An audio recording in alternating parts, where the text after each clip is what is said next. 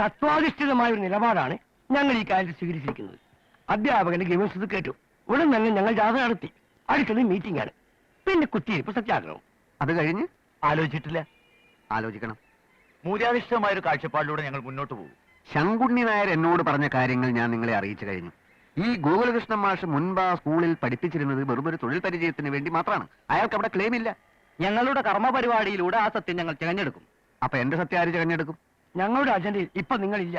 നിങ്ങളുടെ ഈ അജണ്ട ഇപ്പൊ എവിടെ ഉണ്ട്?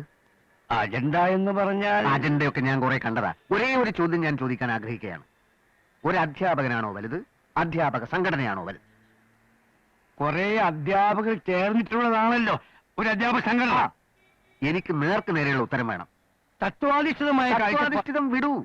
ഒരു അധ്യാപകൻ, ഒരു സംഘടന, ഏതാണ് വലുത്? അത് സംഘടനയാണെന്ന് പറയാം. ആണല്ലോ. എന്നാൽ നിങ്ങൾ ഗോകുലകൃഷ്ണൻ എന്നൊരു അധ്യാപകനെ സഹായിക്കാൻ പുറപ്പെടുന്നു. എന്നാൽ ഞാനോ നിങ്ങളുടെ സംഘടനയ്ക്ക് വേണ്ടി നിലകൊള്ളുന്നു. മനസ്സിലായില്ല. സാമ്പത്തികമായ അടിത്തറയില്ലാതെ ഒരു സംഘടനയ്ക്കും പിടിച്ചു നിൽക്കാനാവില്ല. സംഘടനയുടെ മുമ്പിൽ നീതിക്ക് വേണ്ടി നിലകൊള്ളുന്ന രണ്ട് അധ്യാപകർ ഒരേ തട്ടിൽ. അതിൽ ഞാനെന്ന് പറയുന്ന അധ്യാപകന് സംഘടനയെ സാമ്പത്തികമായി സഹായിക്കാൻ പറ്റും.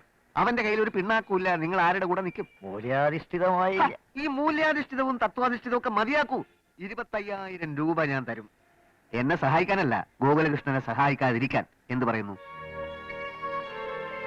എനിക്ക് ആ പണത്തിന് രസീതൊന്നും വേണ്ട. ഇപ്പൊ ഇവിടെ കൂടിയിരിക്കുന്നവർക്ക് അത് വീതിച്ചെടുക്കാം.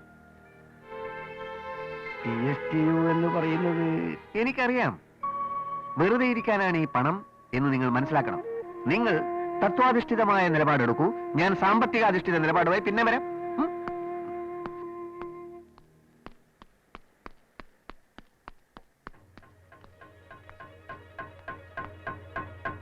മിസ്റ്റർ ഗോകുലകൃഷ്ണൻ മാഷ്? അതെ, ഞാൻ ശങ്കരനാരായണ മാഷ്.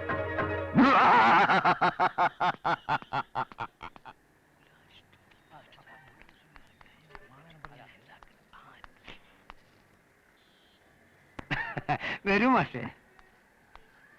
ആ ശങ്കരനാരായണൻ? അതെ അതെ, അയാളുടെ ഗ്രീവൻസസ് ഞങ്ങൾ കേൾക്കുകയായിരുന്നു. പുതിയ അജണ്ട അനുസരിച്ച് തത്വാധിഷ്ഠിതമായ നിലപാടെടുക്കുന്നതിനെ പറ്റി ഞങ്ങൾ ചർച്ച ചെയ്യുന്നു. അതെന്താണ് പുതിയ അജണ്ട? പഴയ അജണ്ട മാറുമ്പോഴാണല്ലോ പുതിയ അജണ്ട ഉണ്ടാവുന്നത്. മാഷേ, ഒരു സംഘടനയുടെ വീക്ഷണകോണിലൂടെ നോക്കുമ്പോൾ ഒരു അധ്യാപനും മറ്റൊരു അധ്യാപനും തുല്യരാണ്. ഒരാൾക്ക് ഒരു സ്കൂളിൽ സീറ്റ് കൊടുക്കാൻ ഒരു സംഘടനയ്ക്കും കഴിയില്ല. അതുകൊണ്ട് തന്നെ മറ്റൊരാളുടെ ജോലിക്ക് തുരങ്കം വയ്ക്കാൻ PSTUവിന് ബുദ്ധിമുട്ടുണ്ട്. എന്ന് വെച്ചാൽ നിങ്ങൾ നിങ്ങളുടേതായ കഴിവുകൾ ഉപയോഗിച്ച് ജോലി നേടിയെടുക്കണം. അതിനുശേഷം നിങ്ങളുടെ ഏത് ആവശ്യം ഞങ്ങൾ പറയിൽ കാണും. അങ്ങനെയല്ലല്ലോ ആദ്യം പറഞ്ഞത്. ആദ്യം ഞങ്ങൾക്ക് ചില തെറ്റുകൾ പറ്റി. ഇപ്പൊ ഞങ്ങളത് തിരുത്തുകയാണ്. അപ്പൊ ഞാനിനി എന്ത് ചെയ്യണം? അത് തികച്ചും സ്വാർത്ഥീയമായ ചോദ്യമാണ്. ആർക്കും മറുപടി പറയാൻ പറ്റാത്തൊരു ചോദ്യം. ജോലി ഉള്ളവൻ ചോദിക്കുന്നു, ഞാൻ ഇനി എന്ത് ചെയ്യണം? ജോലി ഇല്ലാത്തവൻ ചോദിക്കുന്നു, ഞാൻ ഇനി എന്ത് ചെയ്യണം? ദാരിദ്ര്യരേഖയ്ക്ക് താഴെയുള്ള പട്ടിണിക്കാരായ ലക്ഷോപലക്ഷം ജനങ്ങൾ ചോദിക്കുന്നു, ഞങ്ങൾ എന്ത് ചെയ്യണം? ഈ ലോകത്ത് ഒരു സർക്കാർ ഒരു സംഘടനയ്ക്കും അതിന് മറുപടി പറയാൻ കഴിയില്ല. ചോദ്യം ചോദിക്കുന്ന ആൾ തന്നെ അതിന് ഉത്തരം കണ്ടുപിടിക്കുന്നതായിരിക്കും ഉത്തമം.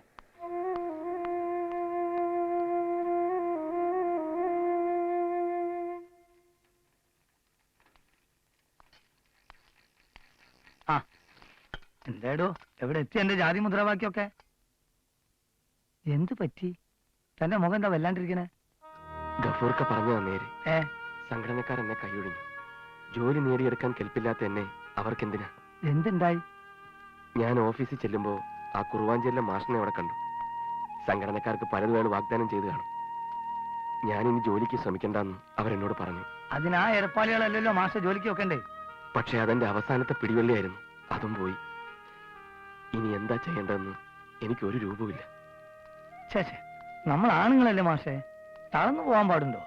ഒരു വഴി അടിയുമ്പോ 9 വഴി തുറക്കുന്നല്ലേ?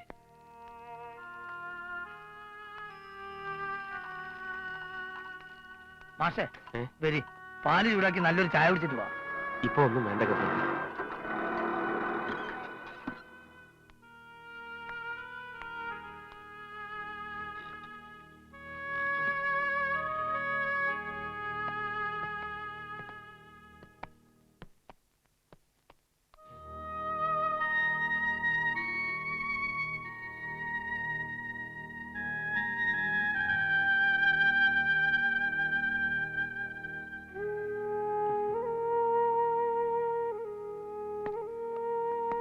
താഴെ ചോദിച്ചപ്പോ ഇവിടെ ഉണ്ടെന്ന് പറഞ്ഞു. എന്താ വിശേഷിച്ച്? നമ്മൾ പ്രതീക്ഷിക്കുന്ന പോലെ മറ്റുള്ളവർ പെരുമാറുമെന്ന് കരുതാൻ ന്യായമില്ല. എനിക്ക് എന്റെ രീതി, നിങ്ങൾക്ക് നിങ്ങളുടെ രീതി. അങ്ങനെ ചിന്തിച്ചപ്പോ അതൊക്കെ ഞാൻ അച്ഛനോട് പറഞ്ഞത് ശരിയായില്ലെന്ന് എനിക്ക് തോന്നി. എന്റെ തലവരെ ശരിയല്ലാത്തതിന് ഞാനിപ്പോ മറ്റുള്ളവരെ പഴിക്കാറില്ല. ഞാൻ ഇനി എന്താ ചെയ്യേണ്ടത്? മനസ്സിലായില്ല. ഈ കുട്ടിയുടെ അച്ഛൻ വിചാരിച്ചാ നിങ്ങക്ക് ജോലി കിട്ടോ? മറ്റാരെങ്കിലും ആ പോസ്റ്റിൽ ചേർത്താൽ അപ്രൂവ് ചെയ്യില്ല എന്ന് മാനേജരോട് ഒരു വാക്ക് പറഞ്ഞാൽ മതി. നിങ്ങൾ അവിടെ പഠിപ്പിച്ചിരുന്നു എന്നുള്ളതിന് തെളിവുണ്ടോ? ഉണ്ടല്ലോ, ഉണ്ടാവണമല്ലോ. സ്കൂളിൽ കാണും. അക്യൂറ്റൻസ് റോൾ കിട്ടിയാ പോരെ? അതൊന്നും എനിക്കറിയില്ല. പേപ്പേഴ്സ് അച്ഛനെ കാണിക്കൂ, ബാക്കി ഞാൻ സംസാരിച്ചോളാം. കാണിക്കാം, തീർച്ചയായിട്ടും കാണിക്കാം. ഓ, ഇത് വലിയൊരു ആശ്വാസമായി. ഒരുപാട് നന്ദിയുണ്ട്. ഒരുപാട് വേണ്ട, കുറച്ച് മതി. വാ.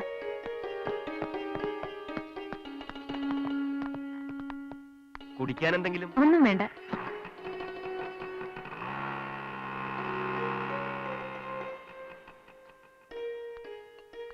ഏതാ പെൺകുട്ടികള്?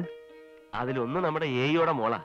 ആ, എനിക്ക് ക്ലെയിമുള്ള കാര്യം എയോട് പറയാൻ ഞാൻ വീട്ടിൽ പോയിരുന്നല്ലോ. ആ. അവിടെ വെച്ച് കണ്ട് പരിചയപ്പെട്ടതാ. എന്നിട്ട് എന്നെ സ്കൂളിൽ ചേർക്കാന്ന് പറഞ്ഞോ? അങ്ങനെ ചേർക്കാൻ എയോയ്ക്ക് അധികാരമില്ല. ആ, ആ കുട്ടി ഒരു കാര്യം പറയാൻ വേണ്ടി വന്നാ. ഞാൻ മുമ്പ് ഇവിടെ പഠിപ്പിച്ചിരുന്നു എന്ന് തെളിയിക്കുന്ന രേഖകൾ എയോയെ കാണിക്കുക. ആ. അപ്പൊ എയോ സ്കൂൾ മാനേജറെ വിളിപ്പിക്കും. ആ. എന്നെ ചേർത്താ മതി എന്ന് നിർദ്ദേശിക്കും. പിന്നെന്താ പ്രശ്നം? രേഖകളുണ്ടേ കാണിക്ക്. ഹെഡ് മാസ്റ്റർ തരുമോന്നറിയില്ല. അതെന്താ അയാളില്ല തന്റെ രേഖകൾ? അതെ, ഹെഡ് മാസ്റ്ററുടെ കസ്റ്റഡിയിൽ സ്കൂളിൽ സൂക്ഷിച്ചിട്ടുണ്ടാവും. സ്കൂളിലോ? അതെ, ഒന്നും വന്നേ. ഏ? ഒന്ന് വന്നേ. അതെ, ഈ രേഖ കിട്ടിയാ ജോലി കിട്ടുമോ? എയോ മറ്റാരെയും ചേർക്കരുതെന്ന് പറഞ്ഞാ മാനേജർ ഒന്ന് പേടിക്കുമല്ലോ. Head master തരുന്നില്ലല്ലേ? തന്നില്ലേ നമ്മളത് പൊക്കും. എങ്ങനെ? സ്കൂളിന്റെ അകത്തല്ലേ സാധനം ഉള്ളത്, പ്രശ്നമില്ല. നമ്മളത് എങ്ങനെങ്കിലും എടുക്കും.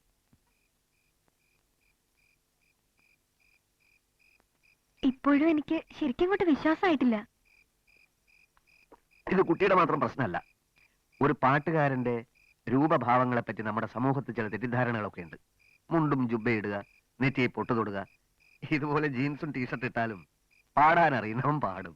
എങ്കി ഇപ്പൊ ഒരു 2 വരെയൊന്ന് മൂളാമോ? പിന്നെന്താ?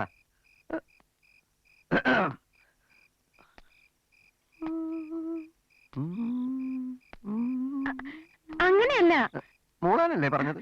മൂളാന്ന് പറഞ്ഞ പാടാനാ ഉദ്ദേശിച്ചത്. അനുരാഗപ്പുഴവക്കിൽ ആ പാട്ട്. 2 ദിവസമായിട്ട് എനിക്ക് ഭയങ്കര ജലദോഷം. ജലദോഷത്തോടെ പാടിയാ മതി. അങ്ങനെ എന്റെ പാട്ട് ഞാൻ തന്നെ അലങ്കോലപ്പെടുത്തുന്നത് ശരിയല്ലല്ലോ. കുട്ടി ആദ്യം എന്നെ അപ്പോയിന്റ് ചെയ്യൂ. അതിന്റെ പിറ്റേന്ന് ഞാനിവിടെ ഗംഭീര ഗാനമേള തന്നെ നടത്താം. ഇത്രയും പാട്ട് പാടിയാ കൊറേ പണം കിട്ടില്ലേ? പിന്നെന്തിനാ ഈ മാഷിന്റെ പണി? സംഗീതം ദൈവമാണ്. ദൈവത്തെ വിറ്റ് കാശാക്കാൻ ഈ പട്ടണക്കാട് പുരുഷോത്തമന് സാധിക്കില്ല. ആരാത് പട്ടണക്കാട് പുരുഷോത്തമൻ? അല്ല, കുറുവാഞ്ചേരി ശങ്കരനാരായണൻ. സ്ഥലം വിൽപ്പന ഏർപ്പാടായി. മോളാത്തേക്ക് പോക്കോളൂ. ബാക്കി 3 ലക്ഷം ഉടനെ തന്നോളൂ. അല്ല, വസ്തു വാങ്ങാൻ വന്ന പാർട്ടി അഡ്വാൻസേ തന്നുള്ളൂ 25,000. ബാക്കി ഉടൻ ശരിയാവും. അല്ലെങ്കിൽ എല്ലാ തുകയും ഞാൻ ഒന്നിച്ചു തന്നാ പോരെ? ഏതായാലും കൊണ്ടുവന്നല്ലേ, ഇരിക്കട്ടെ. എന്നാ മാഷ് പോക്കോളൂ, ഞാൻ ലേശം തിരക്കില്ല. ഞാൻ ചതിക്കില്ല. ഇനി എന്നെ അപ്പോയിന്റ് ചെയ്തൂടെ? മാഷ് മുഴുവൻ കാശും കൊണ്ടുപോവാ മാഷേ.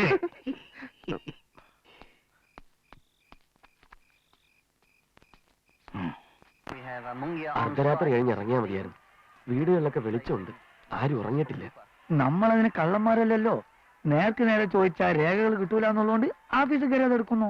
പിന്നെ ഇറങ്ങാൻ ലേറ്റ് ആയാലേ രാവിലെ കട ഓർക്കാനും വൈകും. ഓടിക്കോ.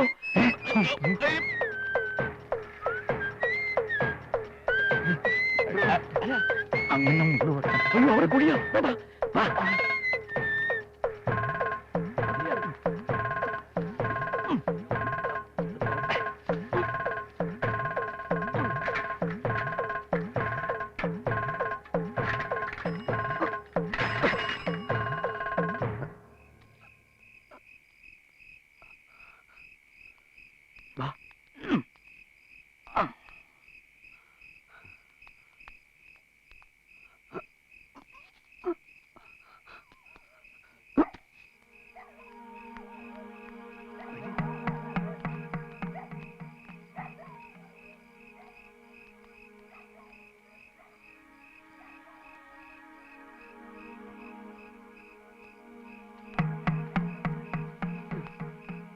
ഇതാണ് ഓഫീസ് റൂം.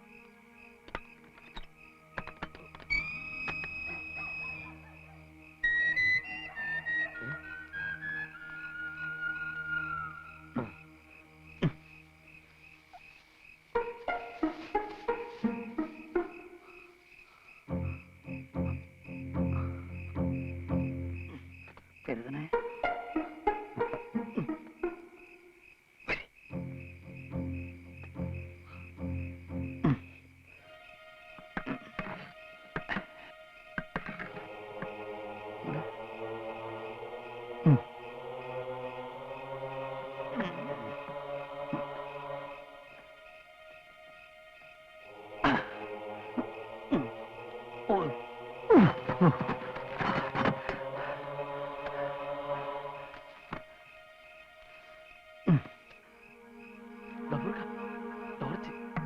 പിടിച്ചോ.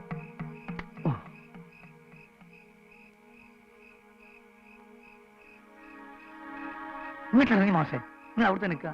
എനിക്കറിയാം നിങ്ങളെ റെക്കോർഡ് കുന്തൊക്കെ എവിടാന്ന്.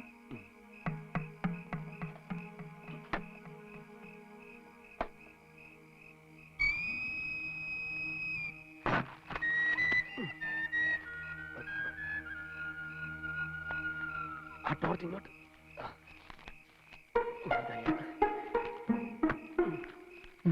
ഇതാ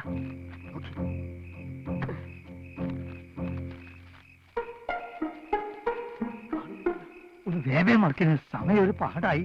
പോയിക്കൊണ്ടിരിക്കുമല്ലേ? ഓടി വരണേ, സ്കൂളിൽ കള്ളം കയറി. മാഷേ, നാട്ടുകാരെ ഓടി വരണേ, സ്കൂളിൽ കള്ളം കയറി.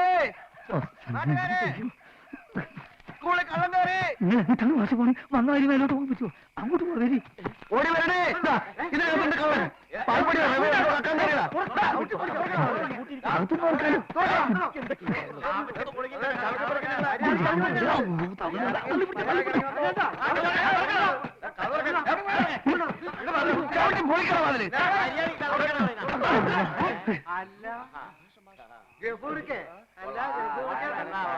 ചായക്കടയിലേക്ക്